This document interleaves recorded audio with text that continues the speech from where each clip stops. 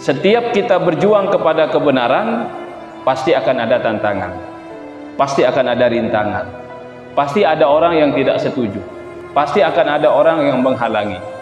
Kalau tidak ada halangan, tidak ada rintangan dalam kita berjuang, kata guru tiang, perlu dipertanyakan perjuangan tersebut, apakah mendapatkan ridho Allah ataukah tidak. Artinya Nabi, para jemaah, kalau perjuangan kita ingin mendapatkan ridho Allah, maka harus siap mendapatkan tantangan, ujian demi ujian. Dan itu sudah sunatullah sejak zaman Rasulullah Sallallahu Alaihi Wasallam.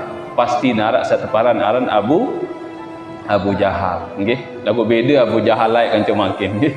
Alhamdulillah paling-paling lembang kinya ngerumun-ngerumun jauh doa, nggih. Nah, niki terjadi para jemaah di mana-mana, lagu insyaallah lamun niki ja aman, nggih. Alhamdulillah. Ya niki karena pelunguh kompak dan sebagainya, nggih. Assalamualaikum warahmatullahi wabarakatuh.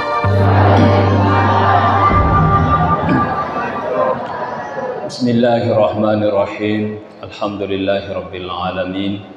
Assalatu wassalamu ala asyrafil mursalin Sayyidina Muhammad wa ala alihi wa sahbihi ajma'in, amma ba'd. Yang kita sama-sama hormati, muliakan Dinda Al-Mukarram Tuan Guru Supardi Ramli, pengasuh Pondok Pesantren Darul Azkia Ubung, termasuk Ubung niki Labulia. Alhamdulillah, yang kedua kalinya. Kemarin waktu harlah tiang hadir cuma mungkin 2 menit tiang, karena waktu itu ada acara tiang di Bali. Jadi memang dari tadi pagi tiang keluar ada acara, baru tiang kejar leman sandik yang pura. Dan yang penting prinsip tiang kita bisa bersilaturahim, karena silaturahim ini adalah min kanzil jannah, bagian dari gudang-gudang surga. Silaturahim ini adalah kita sedang menghidupkan sunnah Rasulullah Sallallahu Alaihi Wasallam. Dan tiang senang, tiang gembira bisa bersilaturahim di harapan Tunggu Sami. Juga yang dewek kita hormati dani-dani tokoh agama, tokoh masyarakat, mami ini tiang, ayahanda ibunda tiang, sanak bija yang dewek di tiang hormati muliakan. Alhamdulillah wa syukurillah, dengan izin Allah kita bisa bersilaturahim malam niki, dan mudah-mudahan silaturahim ini tidak terputus. Mudah-mudahan pertemuan tiang belum niki dari dunia sampai nanti di akhirat. Amin ya rabbal alamin. Ngiring kita berselawat, Allahumma salli ala sayyidina Muhammad wa ala ali sayyidina Muhammad. Hadirin wal hadirat rahimakumullah. Baru beliau sampun sampean, tiang termasuk wakil pelunggu sami sebagai representatif masyarakat Nusa Tenggara Barat. Tugas tiang menyuarakan, menyampaikan apapun yang menjadi aspirasi masyarakat Nusa Tenggara Barat. Salah satu contoh, kemarin tiang rapat kerja dengan Menteri Pertanian, tiang sampaikan apa yang menjadi masalah tani, termasuk rabok paling luwih masalah. Nah, tiang semua sudah tiang sampaikan, termasuk regulasi pendistribusian, Tuan Guru. Tiang sampaikan ke depan Menteri kemarin agar pendistribusian pupuk tersebut disesuaikan dengan masa tanam tani di daerah masing-masing. Sehingga kadang-kadang arak daerah Sabejudu, Talat Pari, di man wayen terkirim rabok, sementara butuh rabok. Lema engkah sabutuh rabok, ia pun terkirim.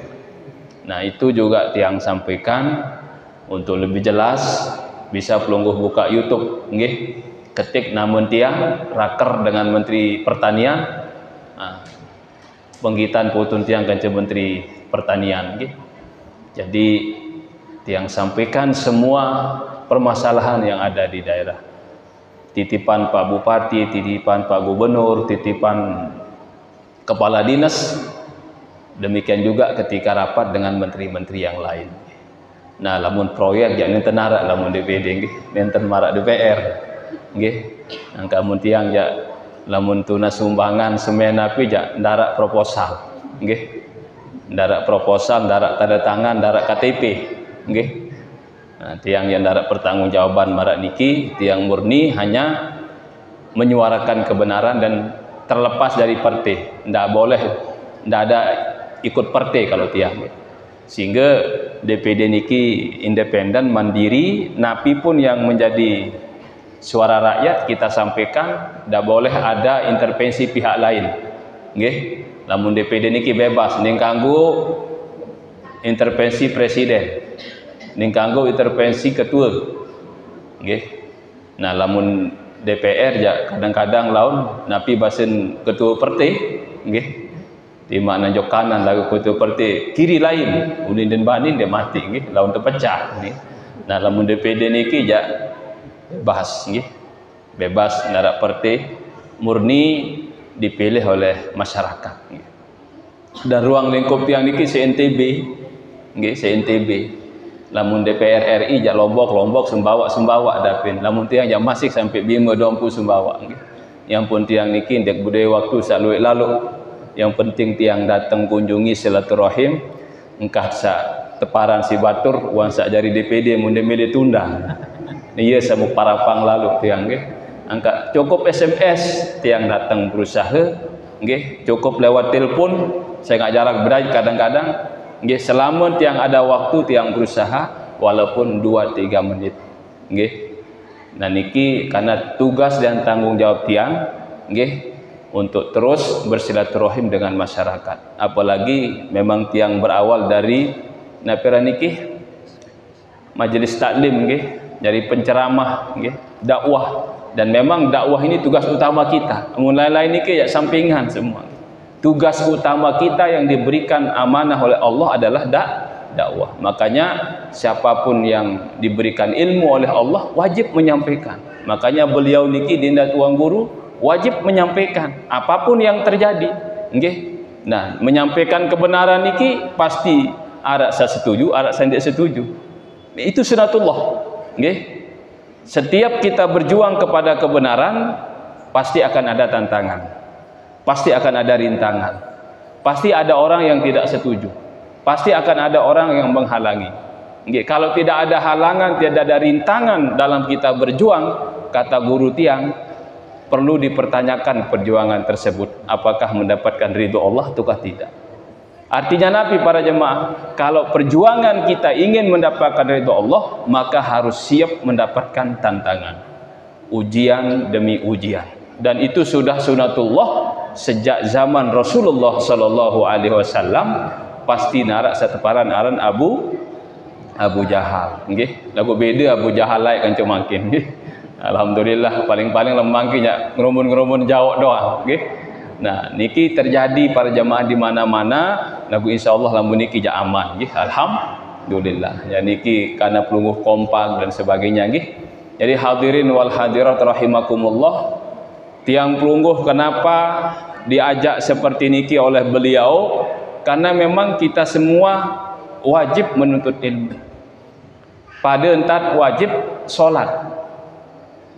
Daid menuntut ilmu niki minal mahdi ilal lahdi. Sejak lahir sampai meninggal dunia, tidak terbatas dengan usia, tidak terbatas walaupun kita bergelar profesor, doktor. Ini kadang-kadang baru sekek doang sejana wantan dek milih ngaji. Nggih, aku kan no YN tau, win tau. Bila lo ngaji-ngaji mentia wah ia dang puruk.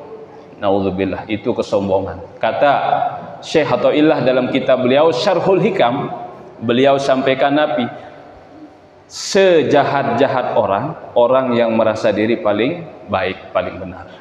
Seburuk-buruk orang yang merasa diri paling benar.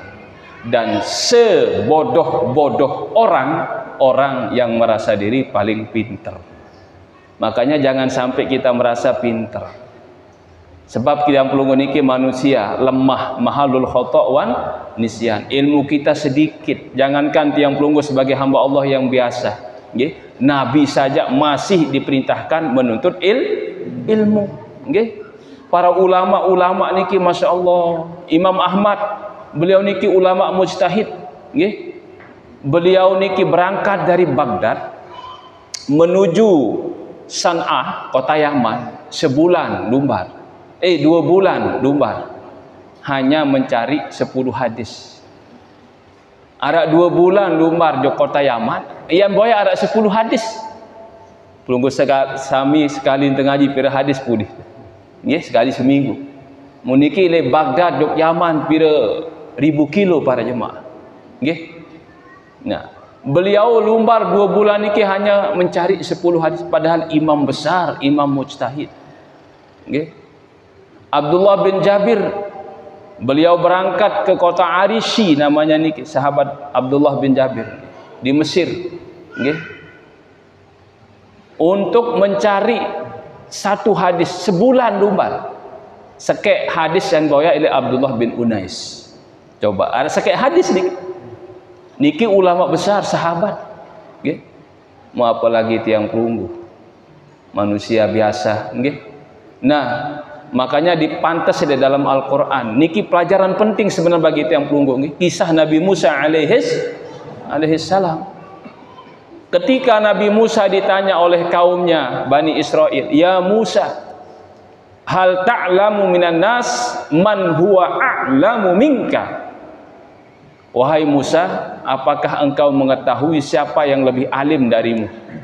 Niki Nabi ditanya sama Bani Israel. Ketika beliau kumpul dengan orang-orang Bani Israel, ada seorang yang bertanya kepada beliau, ya Musa, apakah engkau mengetahui siapa yang lebih alim darimu? Kemudian Nabi jawab, Nabi Musa, la wallahi la a'lamu ahadan a'lamu minni. Wallahi demi Allah, saya tidak mengetahui siapa yang lebih alim dariku. Memang Nabi Musa menjawab dengan jujur, karena beliau tidak mengetahui siapa yang lebih alim dari beliau. Nah, jawaban beliau ini Allah Subhanahu wa taala berfirman kepada Nabi Musa, ya Musa, al-hidr fi majma'al bahrain farhal ilahi wa tazawwad minhu ilma.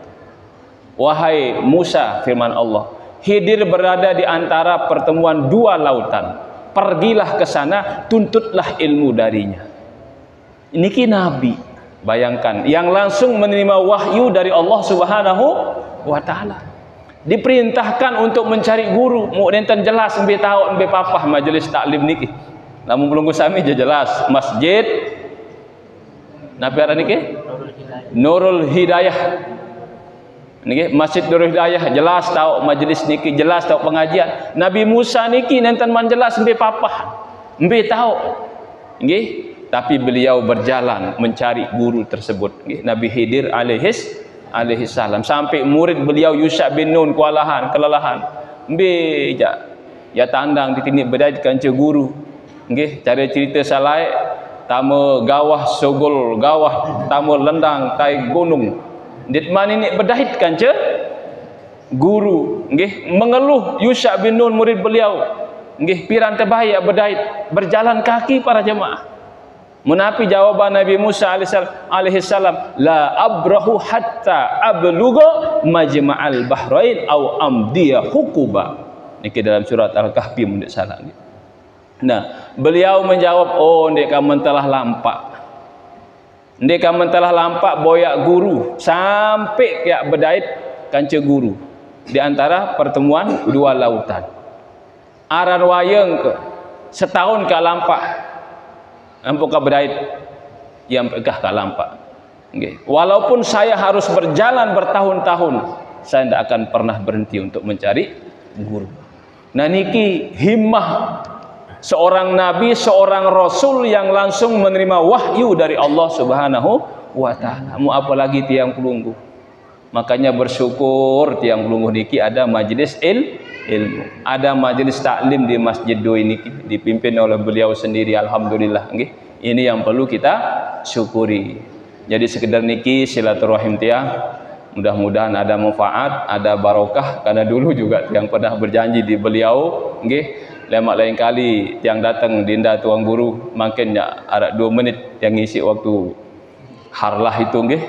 Dan dulu tiang sempat janji di beliau niki untuk pembangunan niki nggih semen 50 sak. Mudah ada dibawa nggih, karena janji tiang. Mudah-mudahan ada manfaat, ada barokah, dan mudah-mudahan kita semua sekali lagi senantiasa dalam hidayah Allah Subhanahu wa taala, boleh bersilaturahim di dunia sampai nanti di surganya Allah Subhanahu wa taala. Amin ya rabbal alamin. Demikian karena sudah masuk waktu Isya dan kebetulan ibu nendah milu niki mobil tahun bija niki kurang sehat sakode nangis nggih. Insyaallah lain kali nggih. Insyaallah nanti atur waktu nggih seagak biluan sekali. Ampura wallahu muwaffiq ila aqwamit thariq. Wassalamualaikum warahmatullahi wabarakatuh.